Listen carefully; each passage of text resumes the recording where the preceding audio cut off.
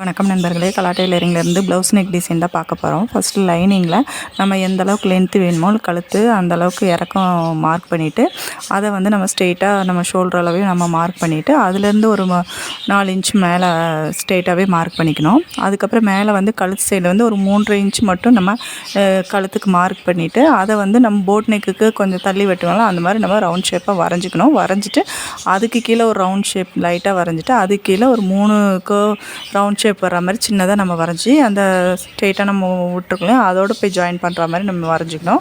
வரைஞ்சதை நம்ம கேன்வாஸ்லேயும் வச்சு அதேமாதிரி வரைஞ்சிட்டு அதை வந்து லைனிங்கில் வச்சு ஒட்டிட்டு அதுக்கப்புறம் ஒரிஜினல் பீஸில் வச்சு அடித்து திருப்பி மேலே எஜ்ஜி தேல் போட்டுட்டு அதுக்கப்புறம் 1/4 இன்ச் லேஸ் இருக்கும்ல, அதை வந்து ஃபஸ்ட்டு கீழே அந்த பானைக்கு ஃபஸ்ட்டு கொடுத்துட்டு அதுக்கப்புறம் வந்து நம்ம மேலே இருந்து நம்ம கழுத்துக்கு ஃபுல்லாக நம்ம அடிச்சுட்டு அந்த கர்வுக்கு சின்ன சின்ன கர்வுக்கும் கொடுத்துட்டு ஆப்போசிட்டில் அந்த கர்வ் முடிஞ்சதுக்கப்புறம் அந்த பாக்கிட்ட வந்து ஜாயின் பண்ணும்போது என்ன பண்ணணும், அப்படியே வந்து நம்ம ஆம்கோல் கிட்ட வந்து கொண்டு போயிடணும். அந்த இதை கொண்டு போய் முடிச்சிடணும். அதேமாதிரி ஆப்போசிட் சைடும் அதேமாதிரி முடிச்சுட்டு சென்டரில் நாட்டு வச்சு தைச்சிங்கன்னா பார்க்க நீட்டாக இருக்கும். இது பிடிச்சிருந்தா லைக் பண்ணுங்கள், ஷேர் பண்ணுங்கள், மறக்காமல் சப்ஸ்கிரைப் பண்ணுங்கள்.